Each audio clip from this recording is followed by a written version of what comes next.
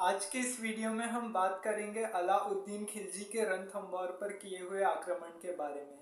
कल मैंने चित्तौड़ आक्रमण के बारे में बताया था और रानी पद्मावती की हिस्ट्री पे बात की थी। आज बात करेंगे 1301 में हुए रणथंभौर के जल जौहर के बारे में। जब ये अलाउद्दीन खिलजी ने रणथंभौर किले पर आक्रमण किया था, उसके बाद राजा हमीर देव की पत्नी रानी रंगा देवी ने पद्मला तालाब में कूदकर जल जौहर कर लिया था हमीर कुंड के पास। और इसके साथ 12,000 अन्य महिलाओं और बच्चों ने भी जौहर कर लिया था आग में कूद के। तो अभी अब जौहर और जौहर की ज़्यादा बात नहीं होगी, इसमें रणथंभौर किले के बारे में बात करेंगे कि क्यों अलाउद्दीन खिलजी ने रणथंभौर पे हमला किया। राजा हमीर देव चौहान की वीरता की बात करेंगे। राजा हमीर देव चौहान कौन थे, राजा हमीर देव चौहान के साथ कैसे गद्दारी हुई, वो युद्ध में क्यों हारे, इस बारे में अपन आज पूरा बात करेंगे।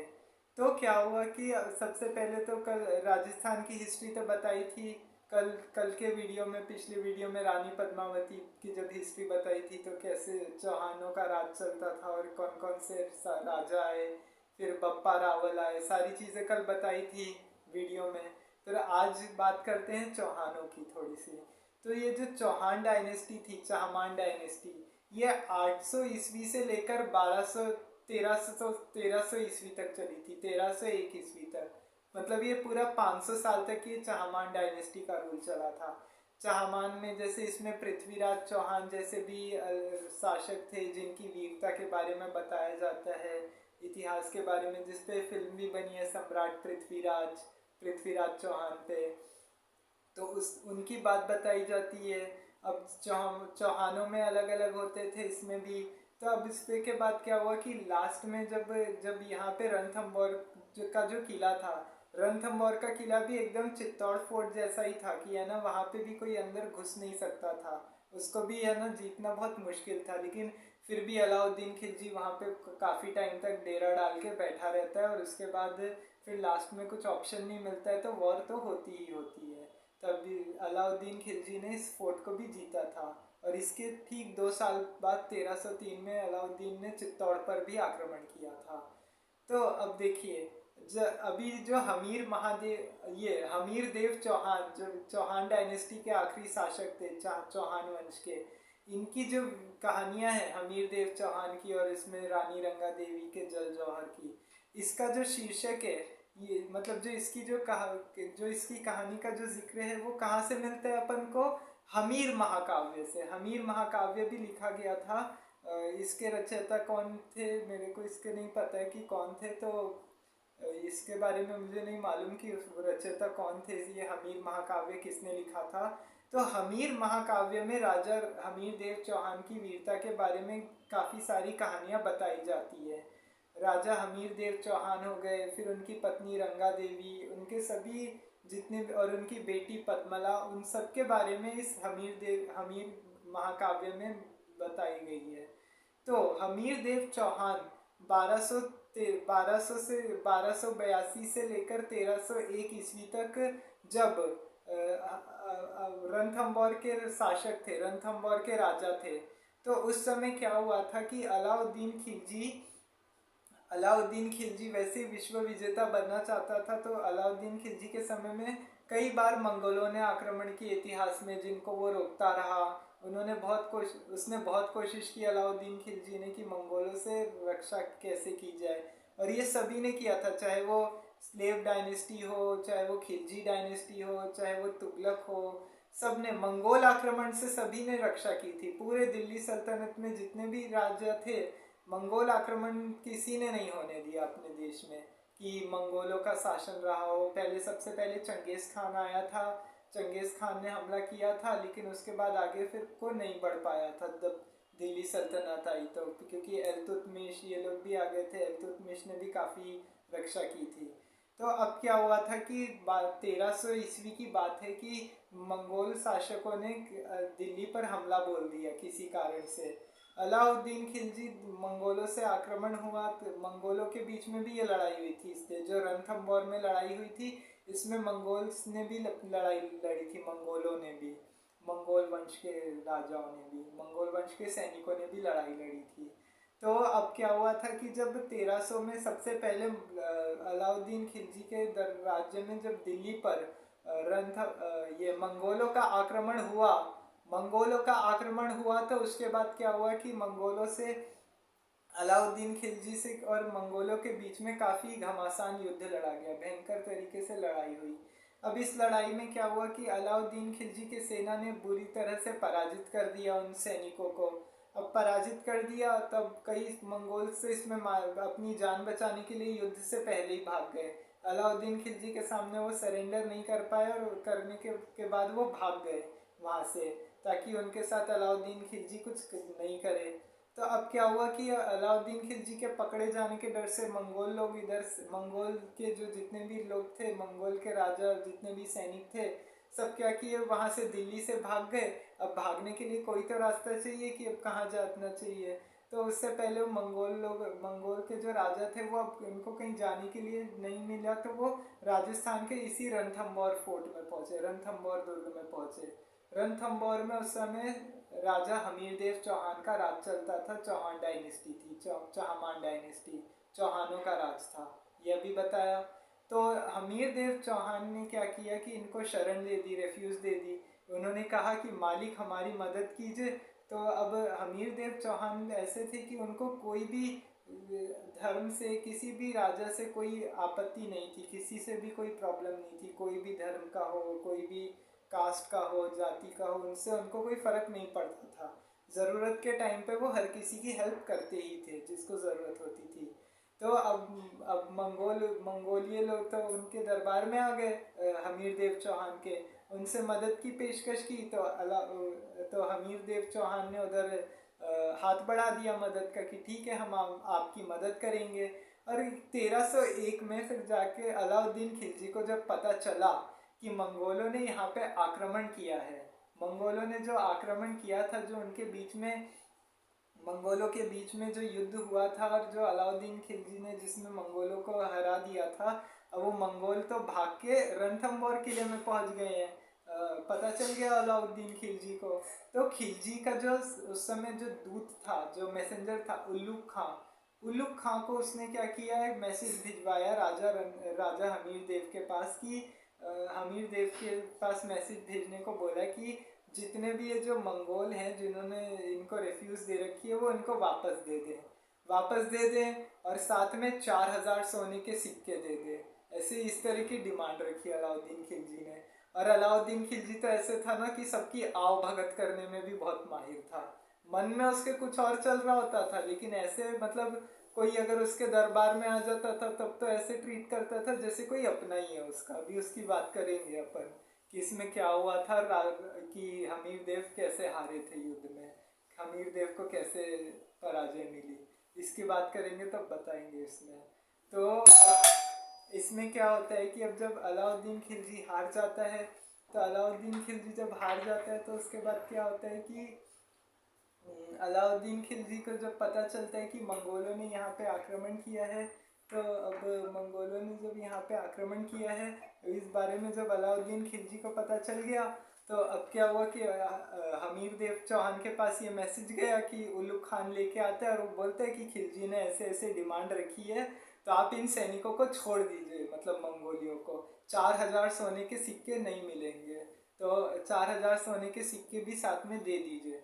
तो हमीर देव चौहान इस बात को मना कर देते, बोलते कि नहीं, कोई 4000 सोने के सिक्के नहीं मिलेंगे, कुछ नहीं मिलेगा। हमने ये हमारे मालिक है, हमारे क्या बोलते हैं, हमारे मेहमान हैं, हम इनको कैसे छोड़ देंगे, हमारी तो मदद करना बनता है इनसे।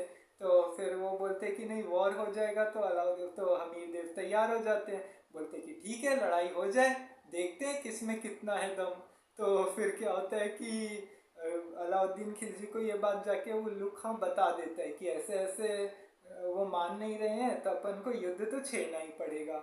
अब अलाउद्दीन खिलजी क्या करता है कि अब वापस से, जैसे चित्तौड़ के लिए वो कैसे बहुत बड़ी सेना लेके आया था, कल मैंने बताया था, तो सेम वही काम करता है। वो फोर्ट के बाहर अपनी पूरी आर्मी को लेके आता है और क्या करता है कि आर्मी को लेके आता है और बोलता है कि ठीक है, यहाँ पे पूरा डेरा डाल के बैठ जाता है वहाँ पे एक साथ पूरा डेरा डाल के बैठ जाता है, बोलता है कि अभी वहाँ पे पूरी सप्लाई बंद करवा देता है, सब खाने पीने की दिक्कत होने लगती है। वो जैसे कल पद्मावती वाले में बताया था, और वो फिल्म में भी ये चीज़ दिखाई गई है कि है ना, अलाउद्दीन खिलजी कैसे सप्लाई बंद करवा देता है। वो पद्मावत मूवी में भी ये चीज़ दिखाई गई है।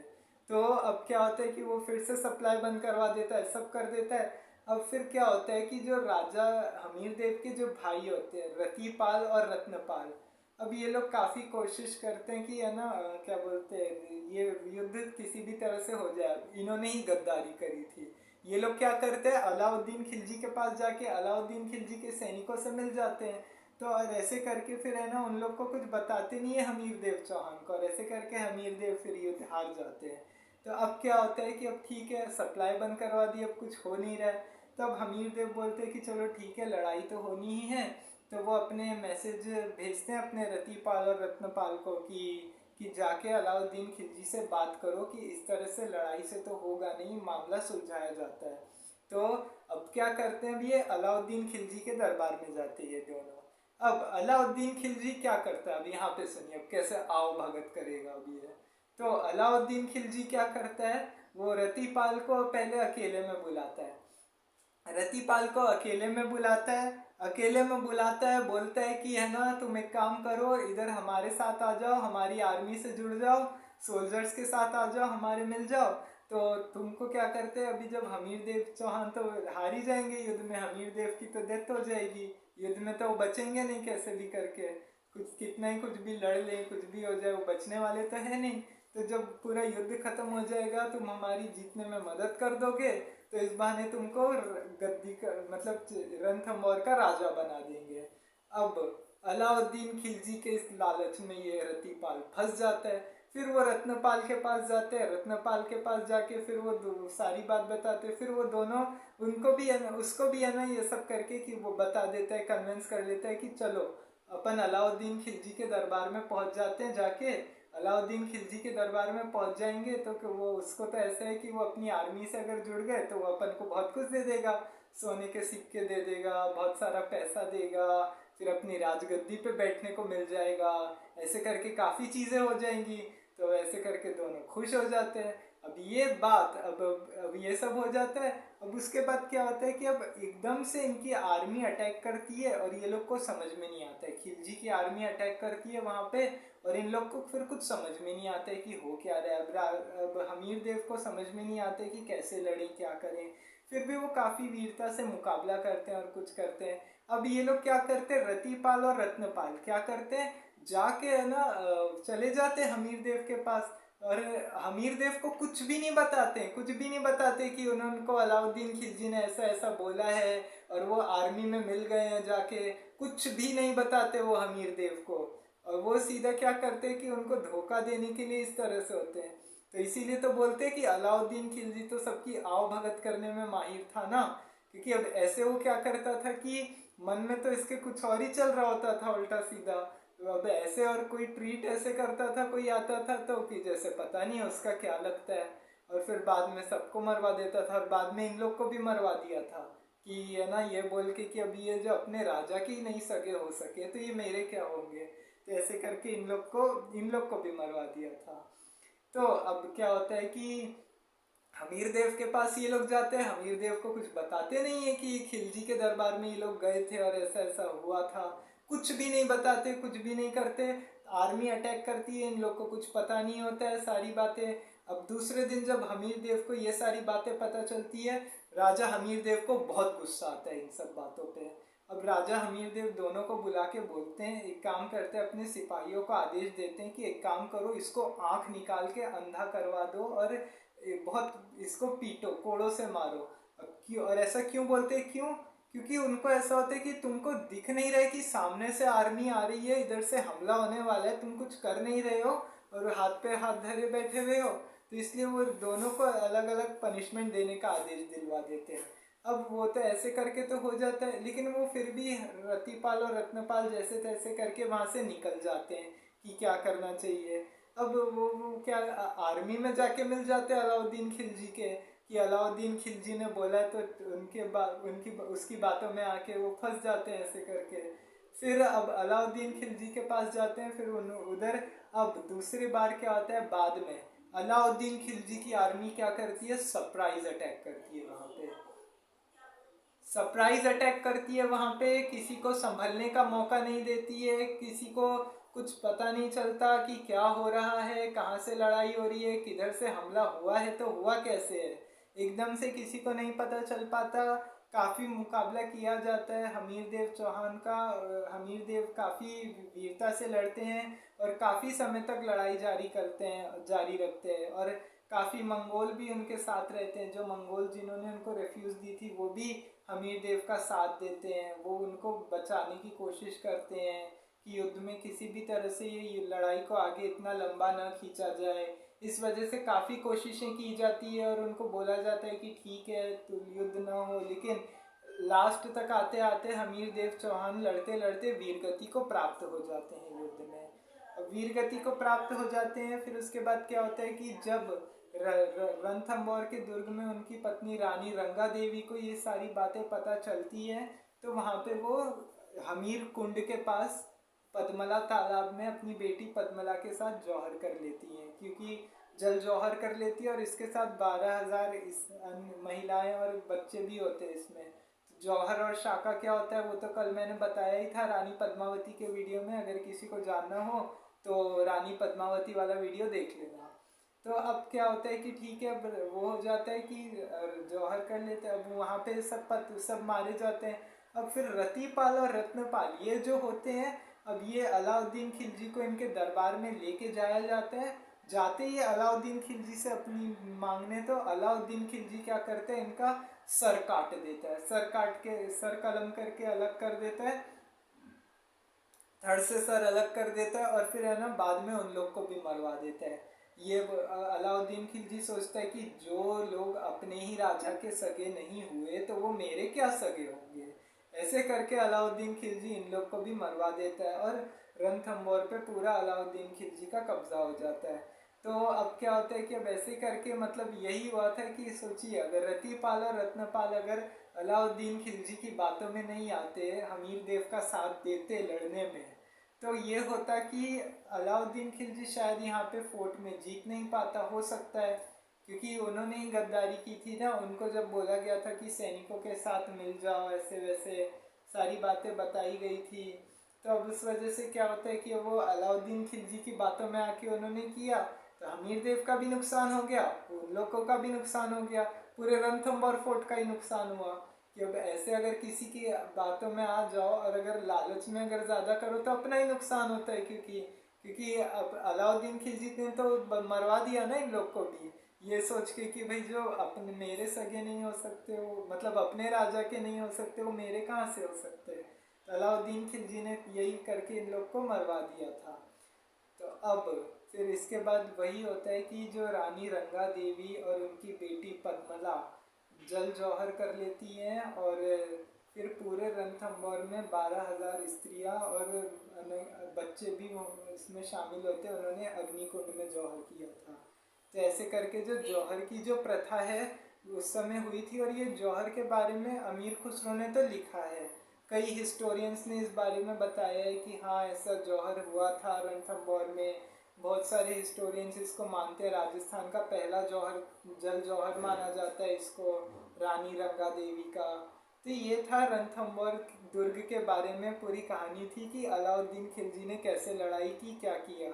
तो इसी के तो आज के अभी के वीडियो में इतना ही, अगली वीडियो में मिलेंगे। वीडियो को आखिरी तक पूरा देखें क्योंकि शॉर्ट वीडियो में नहीं समझ पाएगा। तब तक के लिए जय हिंद, जय भारत। चैनल को सब्सक्राइब कर दे और बेल आइकन का बटन दबाना ना भूलें।